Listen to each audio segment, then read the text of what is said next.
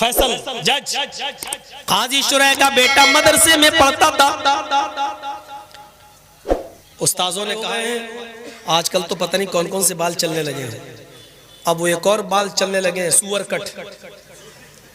सुअर कटे हैं, इधर से कटे हैं, इधर सब टकला है, चारों तरफ गोल, बीच में छत्ता मधुमक्खी का रखा हुआ है। इसको हमारे यहाँ कहा जाता सुअर कट बाल।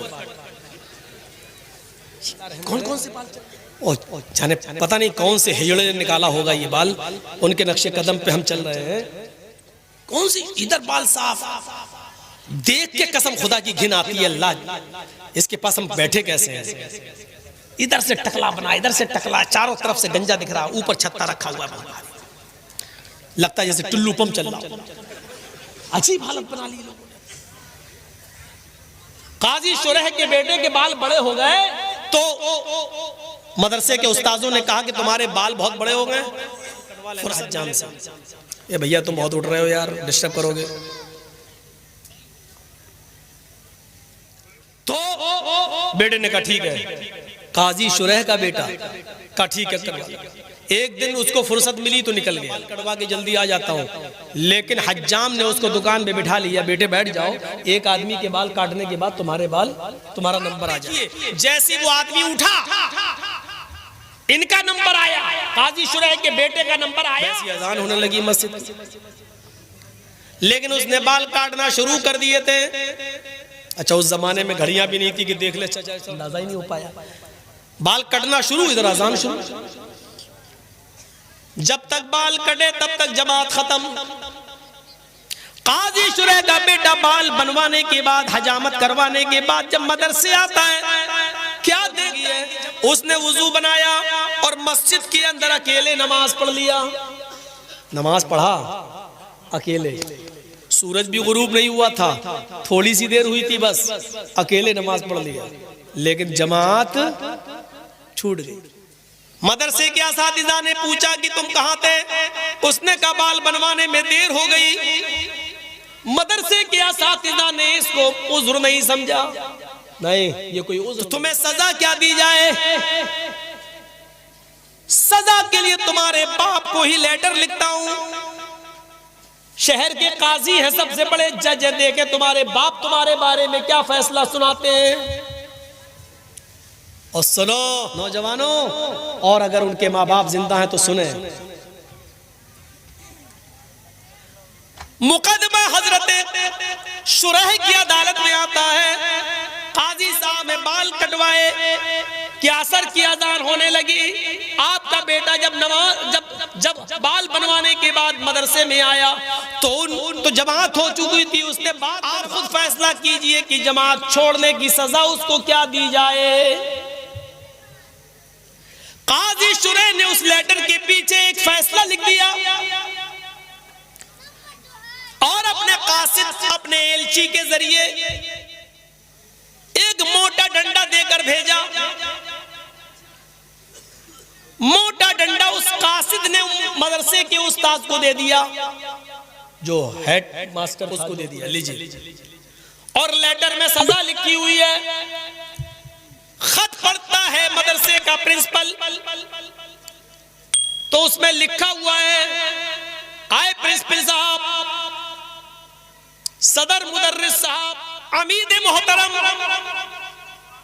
मेरे बेटे ने ऐसे वक्त में बाल कटवाए जिसमें असर की अजान का वक्त करीब था, लिहाजा बज़ाहिर मेरे बेटे का कोई उज़्र नजर नहीं आ रहा। ये उज़्र शरई नहीं है।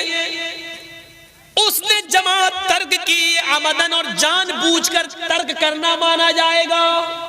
बाल कटवा रहा फिर भी जानबूझकर तर्क करना माना जाएगा।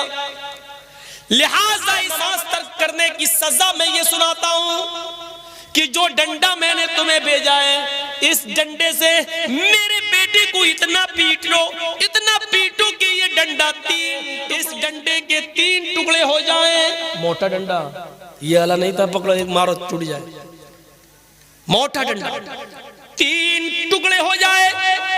हाँ, लेकिन जब डंडा 3 टुकड़े हो जाए तब मेरे बेटे को पीटना छोड़ देना। उसके बाद मेरे बेटे की सजा ये होगी कि उसको 3 दिन तक कैद खाने में डाल देना, किसी बंद कमरे में बंद कर देना, उसको खाना बंद कर देना, उसका पानी बंद कर देना और रोजाना तौबा कराना। तुम सबके सामने इकरार कर ले कि आज के बाद मैं जमात को कभी कसदन जानबूझकर नहीं छोड़ूंगा। मैं अल्लाह से तौबा करता हूं कि मुझसे गलती हो गई, वो मेरे गुनाह को माफ कर दे। इस बात का इकरार कर ले तो 3 दिन के बाद मेरे बेटे को छोड़ देना और उसके बाद मदरसे में उसको पढ़ाना और लिखाना शुरू कर देना। लेकिन अगर 3 दिन भी भूखा प्यासा रहने के बाद भी वो तौबा ना करे और इस बात का इकरार ना करे तो उसको उस कमरे जब तक कि वो भूख और प्यास की शिद्दत से मर न जाए।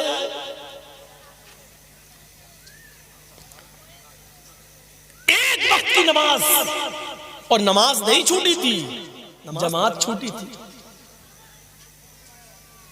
एक वक्त की, वो भी बाल बनवाने में। हम अपने गरीबानों में झांक कर देखें कि हमारी औलाद ये कौन सी नमाज बैठे हुए हैं, अजान हो रही है, बाप हाजी है, हज करके आया, बेटे बैठो दुकान पे, हम नमाज पढ़ के आ रहे हैं, पहले हम पढ़ा बाद में तुम चले। ये इस्लाम के अहकाम, जो तुम्हें पसंद आए वो करोगे और जो नहीं पसंद आए वो नहीं करोगे। हाजी साहब जमात के साथ नमाज पढ़ रहे हैं और हाजी साहब का बेटा जमात छूटने के बाद मस्जिद में बाद में जाता और नमाज पढ़ता है। ये कौन सी जमात है? हय्या अला सलाह, ये निदा जो आई है वो हाजी साहब के लिए भी और हाजी साहब के बेटे के लिए भी है। ये निदा मौलाना जर्जी साहब के 11 साल के बेटे के लिए भी है। ये निदा इमाम हरम के लिए भी है और मक्के के रहने वाले लोगों के लिए भी है। यही आवाज हय्या अला सलाह सऊदिया के बादशाह के लिए भी है और सऊदिया के भिखारियों के लिए भी है। इसी एक वक्त में यही नमाज का वक्त सबके लिए है। सबको एक ही वक्त में मस्जिद में जाना है, एक ही इमाम के पीछे नमाज पढ़ना है, उसी की इब्तिदा में नमाज अदा करना है। एक दूसरे को कदम से कदम मिलाना है, टखने से टखना मिलाना है, कांधे से कांधा मिलाना है। अपने दिलों के कीने और कदूरत और बुग़्ज़ और इनाद को खत्म करना है और एक ही साथ रुकू में जाना है, एक ही साथ सजदे में जाना है और इस बात का ऐलान करना है, एक ही सब महमूद व अयाज, न कोई बंदा रहा न कोई बंदा नवाज। ये निदा हय्या अला सलाह की आवाज सबके लिए, अजान की आवाज आती है, हय्या आओ कामयाबी के लिए। कामयाबी ये बाप के लिए भी है, बेटे के लिए भी है, हाजी साहब के लिए भी है, उसके बेटे के लिए भी है। आओ इसी वक्त में अपनी दुकान बंद करो, अजान की आवाज सुनने के बाद अगर तुमने और मस्जिद के अंदर नहीं आए तो जब तक जमात हो रही है, अजान हो जाने के बाद से, हय्या अला सलाह सुनने के बाद से, जमात होने तक जितनी तुम बिक्री कर रहे हो, जितना माल तुम बेच रहे हो, इसमें जो कमाई आ रही है वो हराम है और इस हलाल में मिला दिया तो माल हलाल भी हराम हो जाएगा।